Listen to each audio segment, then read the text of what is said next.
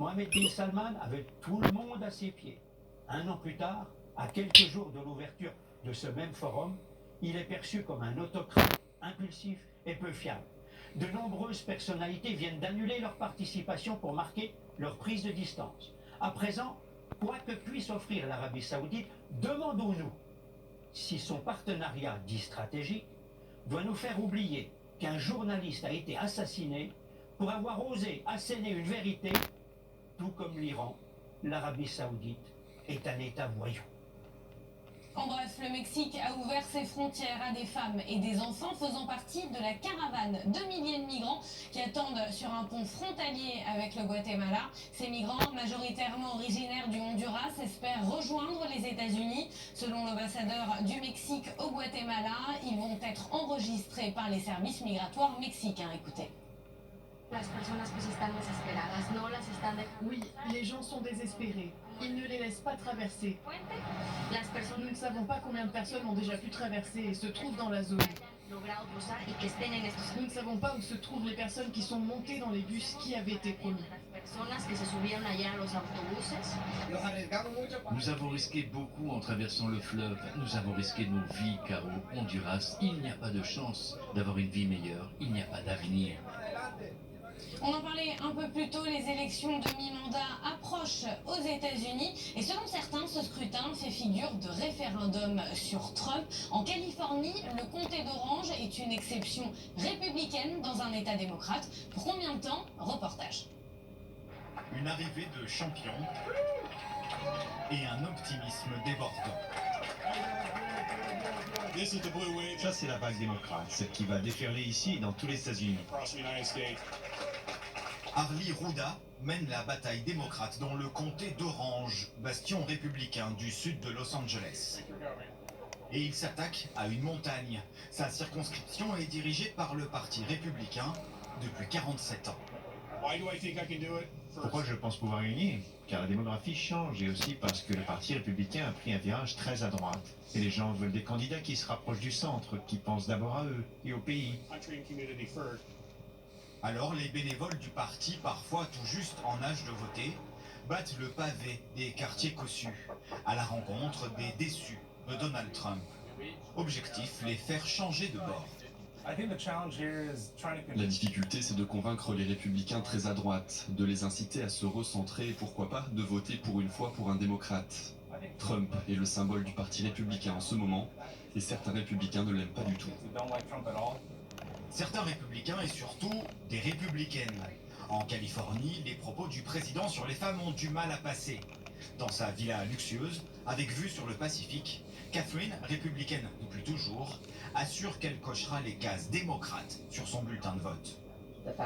Trump considère les femmes comme des objets. Il croit qu'il peut faire ce qu'il veut car il est riche et puissant. Je pense qu'il est vraiment raciste, qu'il a divisé le parti républicain sur la religion, le genre, l'orientation sexuelle. Il est nuisible au parti républicain. Je pense qu'il a changé le parti pour toujours. D'après les sondages, les 7 circonscriptions du comté d'Orange pourraient être démocrates le soir du 6 novembre. Une vague bleue inédite au bord du Pacifique et peut-être décisive au niveau national. C'est la fin de cette édition. Merci à tous de l'avoir suivi. Restez avec nous, l'information continue sur i24 News. Restez avec nous.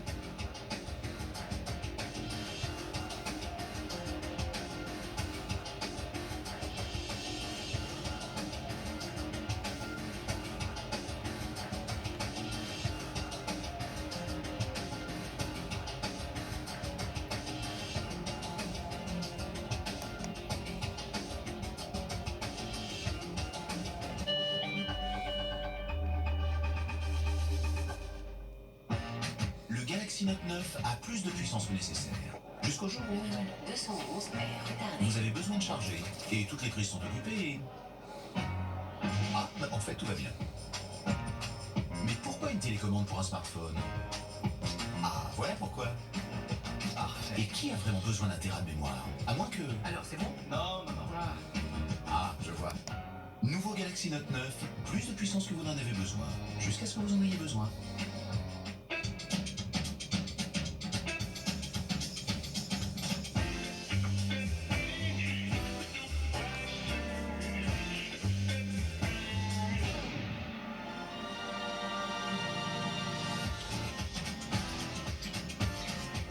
je me vois. French art de vivre. Une amie m'a parlé de l'offre unique. Les moins 40%, c'est sur toutes les marques de lunettes. Oui, madame. Et ça marche aussi sur tous les verres. Eh oui. Et la deuxième paire offerte, je peux la choisir librement, dans tout le magasin. Et celle-là? Oui, aussi. L'offre unique d'Optical Center, c'est moins 40% sur toutes les marques de montures et verres optiques, plus une deuxième paire de marques offertes, même de luxe. Même celle-ci? L'offre unique d'Optical Center, vous n'avez pas fini d'en parler. Dispositif médical.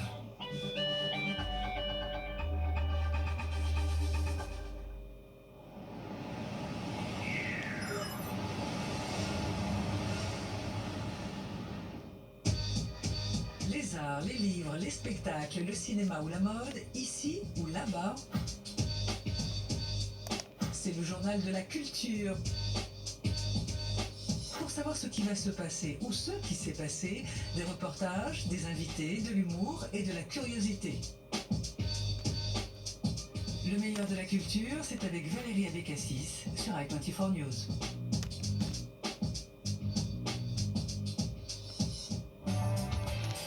Retrouvez i24 News 24h sur 24, 7 jours sur 7 sur notre application.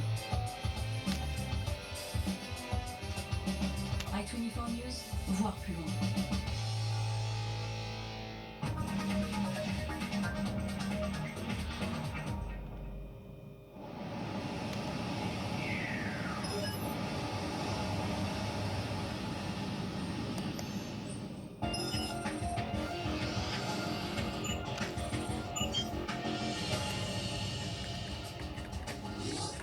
Le ministre israélien de la Défense annonce la réouverture des points de passage avec Gaza, signe d'un relatif retour au calme. Vendredi, 10 000 Palestiniens ont manifesté. Des violences ont tout de même éclaté. 130 Gazaouis ont été blessés par l'armée israélienne, selon le ministère palestinien de la Santé.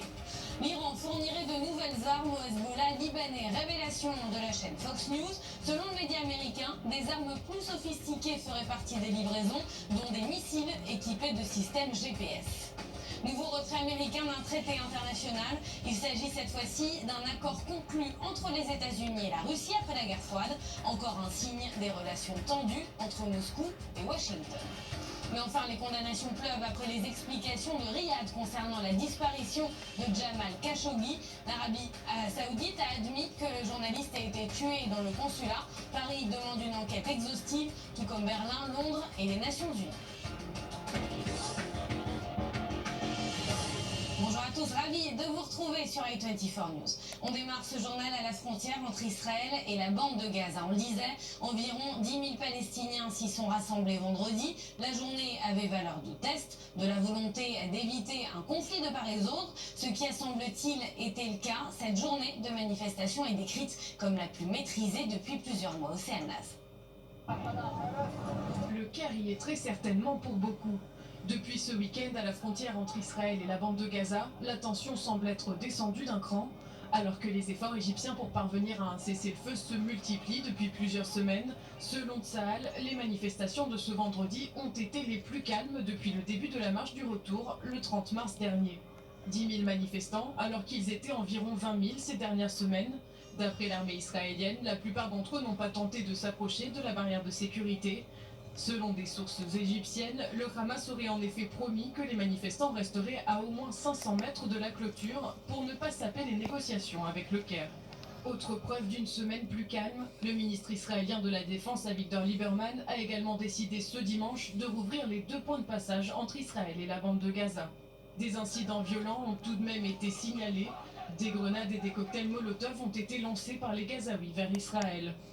Certains manifestants n'ont également pas respecté la consigne de leur leader. Sur ces images filmées du côté gazaoui de la frontière, on peut voir plusieurs Palestiniens franchir la barrière de sécurité sans être inquiétés avant de revenir sur leurs pas. Selon le ministère palestinien de la Santé, plus d'une centaine de Gazaouis auraient été blessés.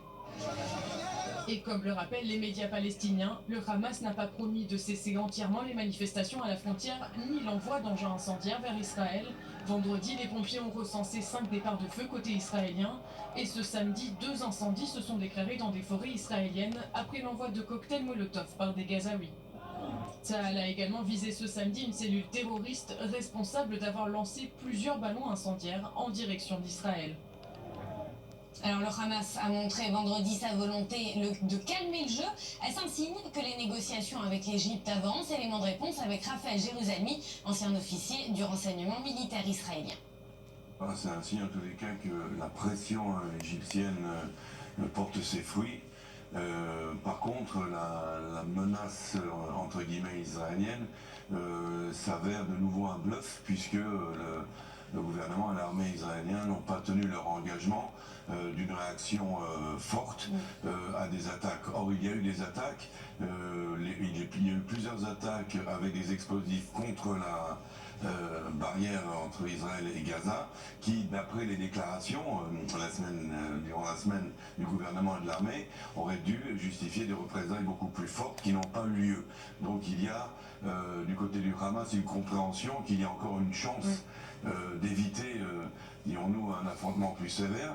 Des déclarations qui étaient confuses, puisqu'on avait un ministre de la Défense qui était offensif et un chef d'état-major de l'armée qui était dans la retenue. Donc le message aujourd'hui, c'est quoi? Le gouvernement israélien n'a pas intérêt à un c'est un conflit? manque de clarté dans les objectifs que se fixent les Israéliens, et c'est un petit peu embêtant parce que ça envoie un mauvais signal de l'autre côté, à Gaza, qui continue de voir jusqu'où ils peuvent tâter le terrain, jusqu'où ils peuvent titiller les Israéliens sans subir de graves conséquences. Je pense que c'est un très mauvais signal qui est envoyé à l'ennemi, car c'est l'ennemi. Et comme je le dis, c'est une crédibilité qui est perdue, car on avait bien dit que s'il y avait des incidents violents sur la frontière, il y aurait une réaction très très sévère. Or, il y a eu une retenue, je dirais même plus que d'habitude. Alors que la semaine d'avant, on avait dit qu'on n'acceptait aucun débordement, que le Hamas était responsable, même des factions plus extrêmes qui n'obéissaient pas à ses ordres. Là, tout d'un coup, on montre une tolérance. Alors cela veut dire en fait quoi pour le Hamas? C'est qu'Israël veut que le Hamas reste en place, et donc le Hamas peut tout se permettre, car Israël apparemment n'a pas envie de voir le Hamas débouté au profit d'un djihad islamique ou de mouvements salafistes. Alors depuis plusieurs semaines, on a l'impression qu'un nouveau conflit est inévitable. Aujourd'hui, est-ce que c'est toujours le cas? Je pense qu'un nouveau conflit est inévitable à moyen terme. À court terme, il se peut que nous réussissions encore à obtenir une sorte d'accalmie, de cessez-le-feu ou de semi-cessez-le-feu, de fausses guerres qui se déploient. Je pense que même si le gouvernement israélien décide de laisser le Hamas en place, il devrait, comme le dit Ramallah, pour une fois je serais d'accord avec Ramallah, exiger le désarmement du Hamas. Le Hamas peut gouverner Gaza s'il le désire. On ne voit pas en quoi il doit avoir des factions armées et le djihad islamique qui opèrent en toute liberté. On évoque à présent ces révélations de la chaîne Fox News. Selon le média américain, l'Iran intensifierait ses livraisons d'armes au Hezbollah libanais et elle contiendrait de technologies avancées, des systèmes GPS qui seraient capables de transformer des roquettes en missiles dotés de systèmes de guidage. Ava, merci. Elles auraient été transférées dans le plus grand secret. À bord d'un premier avion, puis un vol de la compagnie iranienne Erkouch avec une escale à Damas, plusieurs pièces d'armes sophistiquées, parties de Téhéran, ont été transférées au Hezbollah. La chaîne Fox News, qui cite des sources du renseignement américain, affirme que ces armes auraient atterri le 16 octobre dernier à Beyrouth. Destination, les installations iraniennes au Liban, tenues par le mouvement chiite. Parmi les pièces transférées, plusieurs composants de systèmes GPS. Objectif, améliorer la précision des missiles fabriqués sur ces sites. Une menace supplémentaire pour Israël, directement visée par le Hezbollah libanais, allié de Téhéran. Malgré leur amère défaite tactique face à Israël en Syrie en mai dernier, les Iraniens sont toujours déterminés à faire avancer leur projet de précision balistique menaçant Israël depuis le Liban. Il s'agit d'un défi 10 fois plus grand pour le cabinet israélien que les menaces flagrantes à Gaza. Toujours selon Fox News, les pièces d'armes devaient rejoindre les sites secrets du Hezbollah près de l'aéroport de Beyrouth. Ces informations viennent détailler les accusations portées par Benyamin Netanyahou devant l'Assemblée générale de l'ONU. Le Premier ministre israélien avait révélé l'existence de ces sites. Israël et les États-Unis soupçonnent l'existence de nombreuses installations iraniennes similaires au Liban, en Syrie et au Yémen. Direction la Cisjordanie à présent avec un point sur l'enquête concernant l'attaque de Barkhane. L'auteur de l'attentat est toujours recherché. Un Palestinien a été arrêté hier. Il est soupçonné de complicité par les forces de sécurité israéliennes. Lucas de Villepin. Lentement mais sûrement, l'étau se resserre autour du terroriste de Barkhane. Selon des sources palestiniennes, l'armée israélienne a de nouveau investi ce samedi Choueka, le village du Palestinien de 23 ans. Une personne a été arrêtée. Il s'agirait d'un proche du terroriste, soupçonné de l'avoir aidé dans sa cavale, en lui fournissant notamment un moyen de locomotion et de la nourriture. Jeudi, l'armée avait distribué des tracts avec un avertissement clair. Tous ceux qui aideront le fugitif seront arrêtés pour complicité. Quiconque transporte la personne recherchée sera sujet à des conséquences juridiques, notamment à des peines de prison, à la destruction de sa maison et au retrait de ses permis. Nous n'hésiterons pas à punir ceux qui aident la personne recherchée. Les forces israéliennes de sécurité poursuivent la traque du terroriste de Barkhane. Les perquisitions et interrogatoires se multiplient dans la région de Toul-Karem. La semaine dernière, Tsahal a annoncé la destruction prochaine de la maison familiale du terroriste. Des mesures ont déjà été prises. Ashraf Nawal est en fuite depuis 2 semaines. Le 7 octobre dernier, il s'est rendu dans la zone industrielle de Barkhane en Cisjordanie. Dans l'entreprise où il travaillait, il a abattu à bout portant Kib Evergrande, 28 ans, et Zivagbi, 35 ans, avant de prendre la fuite. Et toujours en Cisjordanie, la destruction du village bédouin de Khan el-Ahmar a été reportée. Une annonce des services du Premier ministre israélien. L'intention serait de laisser une chance aux négociations selon le communiqué. Plus de 180 personnes vivent dans ce village. La destruction validée par la Cour suprême avait provoqué de fortes inquiétudes à l'international. Le maire du village, malgré l'annonce, reste sceptique et dit ne faire confiance à personne. Je ne fais confiance ni aux médias israéliens, ni aux responsables israéliens. Je fais confiance à la résistance des habitants du village et de tous les sympathisants palestiniens. C'est cela notre décision. Et quand il s'agit d'une décision sur l'occupation, nous ne faisons confiance à personne. Et pour aller plus loin, on accueille sur ce plateau Maurice Effargan. Bonjour Maurice. Alors pourquoi Benyamin Netanyahou a-t-il pris cette décision aujourd'hui ? Écoutez, apparemment, les négociations ont repris ces derniers jours et on parlait d'une relocalisation des habitants du village illégal de Khan el-Ahmar. Alors, il semblerait qu'a priori, il devait être relocalisé dans la région d'Azaria, à l'est de Jérusalem, une relocalisation qui ne convenait pas du tout aux 180 bédouins qui vivent dans ce village. Apparemment, il y aurait des propositions pour les relocaliser en terre sous propriété palestinienne, ce qui leur assure un ancrage beaucoup plus sérieux dans ce secteur. Alors pour le moment, on ne sait toujours pas. Ce qu'on sait, c'est que la décision du Premier ministre est définitive, la suspension jusqu'à nouvel ordre, mais que les forces de sécurité sont toujours sur place, les bulldozers aussi, et les voies d'accès au village ont été rouvertes dernièrement, apparemment un geste de bonne volonté. En tout cas, je vous rappelle que la Cour suprême avait rejeté l'appel déposé par les habitants du village contre le démantèlement, proposant finalement un démantèlement volontaire, et c'est peut-être ce qui pourrait se produire dans les heures à venir. Oui, alors est-ce que Benyamin Netanyahou a finalement cédé aux pressions internationales qui ont été nombreuses C'est vrai qu'elles ont été très virulentes, ces pressions internationales. Je vous rappelle la plus grave, celle du procureur de la Cour pénale internationale, Fatou Bensouda, qui avait dit que la destruction d'un village bédouin palestinien et les transferts de population en territoire occupé constituaient pratiquement un crime de guerre. 8 pays européens s'étaient effectivement alignés sur cette position, ainsi que le Haut Commissariat des Nations Unies aux droits de l'homme. Alors, du point de vue de Benyamin Netanyahou, il s'agit d'une décision d'attente, mais il va avoir affaire à son opposition, notamment celle du ministre de la Défense, Avigdor Lieberman, qui considère que cette décision a été prise contre son avis. Le ministre de l'Éducation, Naftali Bennett, du foyer juif, lui a carrément indiqué que le démantèlement aura lieu, puisque c'est la loi, une décision juridique doit s'imposer en Israël, puisque c'est un état de droit. En attendant, et ben la zone, le secteur ne change pas de statut, elle reste en zone C, où l'administration civile et la sécurité est aux mains des Israéliens. Donc si on dit administration civile, on parle aussi de droits de construction et d'infrastructures. Et Israël compte bien construire sur cette zone, dans ce corridor qui va de Jérusalem jusqu'à la mer Morte, une autoroute qui permettrait de désenclaver ce secteur. Merci beaucoup Maurice Fergan pour ces explications. Et la Cisjordanie, il en sera sûrement question dans le fameux deal du siècle promis par Donald Trump. Et bien selon de nouvelles révélations, le président américain pourrait reconnaître Jérusalem comme capitale de deux États, l'un israélien, l'un palestinien. Le deal du siècle devait être présenté lors de l'Assemblée générale des Nations Unies. Il n'a toujours pas été dévoilé. Pour l'instant, aucune confirmation côté américain ni côté israélien.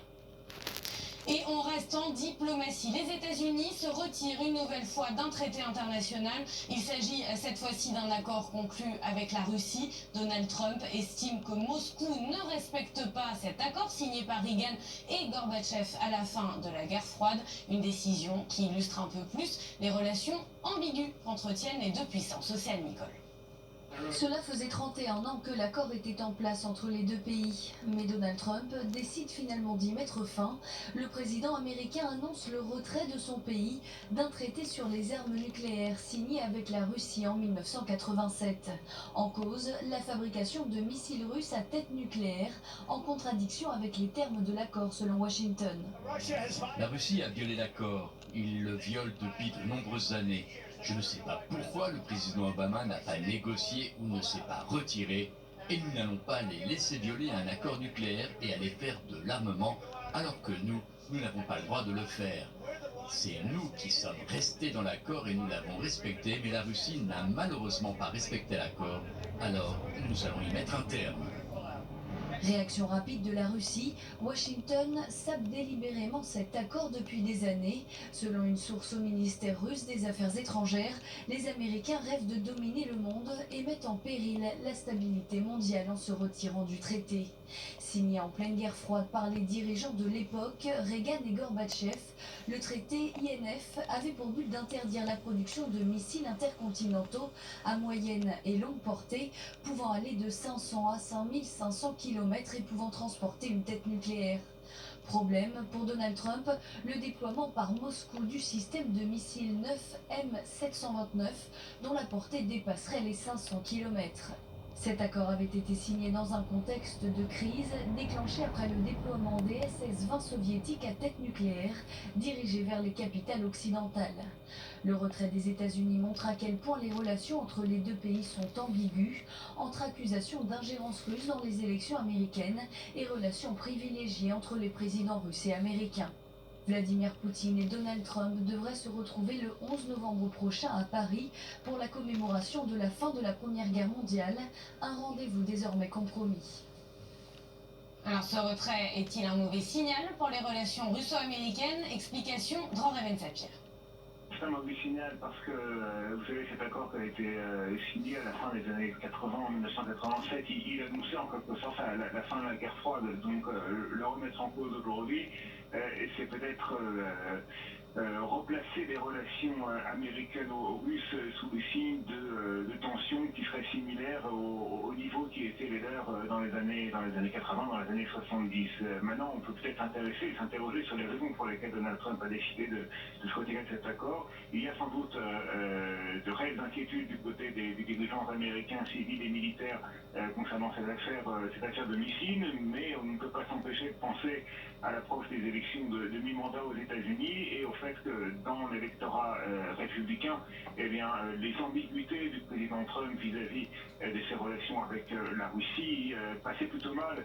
L'affaire de l'ingérence russe dans les élections présidentielles, le fait qu'à maintes reprises Donald Trump s'est montré les plus conciliants vis-à-vis de Vladimir Poutine, tout ça n'a peut-être pas été très bien accueilli dans une partie de l'électorat qu'il s'agit de reconquérir, puisque Donald Trump bien évidemment veut sortir le plus victorieux possible de ces élections de mi-mandat au cours desquelles les républicains risquent fort de perdre le contrôle de la Chambre des représentants. Et puis il ne faut pas oublier également, comme toujours chez Donald Trump, la volonté de se démarquer de son prédécesseur. D'ailleurs, on a entendu dans le reportage, Donald Trump se demande exactement pourquoi Barack Obama n'avait pas fait ce que lui a fait, à savoir se retirer de cet accord. Après les aveux de Riyad sur la mort du journaliste saoudien Jamal Khashoggi, les réactions ne se sont pas faites attendre. L'Europe, les États-Unis, l'ONU sont partagés entre scepticisme et fermeté, Sandy Fortis. Entre preuves accablantes et pression internationale, l'Arabie Saoudite a finalement reconnu que le journaliste Jamal Khashoggi était mort dans son consulat d'Istanbul suite à une rixe avec des membres du personnel. Mais la version donnée par Riyad divise. Après avoir considéré ses aveux crédibles, Donald Trump a toutefois affirmé qu'il attendait des réponses aux interrogations qui persistent dans cette affaire. Le renvoi de plusieurs officiels saoudiens ne semble pas lui suffire. Je ne suis pas satisfait tant que nous n'avons pas trouvé de réponse, mais c'était un premier pas et un bon. Je veux toutefois avoir des réponses. Le président américain a ajouté que rompre la collaboration de son pays avec Riyad affecterait plus les États-Unis que l'Arabie Saoudite, mais que des sanctions n'étaient pas exclues.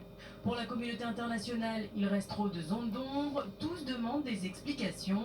L'Union européenne est montée au créneau par la voix de sa chef de la diplomatie. L'Union européenne, comme ses partenaires, insiste sur la nécessité d'une enquête approfondie, crédible et transparente, qui fasse la lumière sur les circonstances de la mort et contraigne les responsables à en endosser toute la responsabilité. L'Allemagne aussi veut en savoir plus. En ce qui concerne l'Arabie Saoudite et ces événements terribles dont on ne connaît pas encore les circonstances, nous allons évidemment demander une explication. Berlin s'est même dit prêt à un éventuel gel de ses exportations d'armes vers l'Arabie Saoudite. Même discours côté français. Pour le Quai d'Orsay, les explications de Riyad ne répondent pas à toutes les questions. Elle nécessite une enquête exhaustive et diligente pour établir l'ensemble des responsabilités et permettre que les responsables du meurtre de M. Jamal Khashoggi répondent de leurs actes. Une enquête également réclamée par plusieurs ONG, dont Reporters sans frontières et Amnesty International. Une enquête indépendante sera la seule garantie contre ce qui apparaît de plus en plus comme une dissimulation saoudienne des circonstances de l'assassinat de Khashoggi ou contre toute tentative d'autres gouvernements de passer la question sous silence pour préserver les ventes d'armes lucratives et autres liens commerciaux avec Riyad. Samedi, un groupe de journalistes turco-arabes basé à Istanbul s'est réuni devant le consulat d'Arabie Saoudite pour réclamer le corps de leurs confrères, mais aussi que les responsables de son meurtre soient punis. Ce n'est pas fini, ce n'est que le début. Aujourd'hui, nous appelons le monde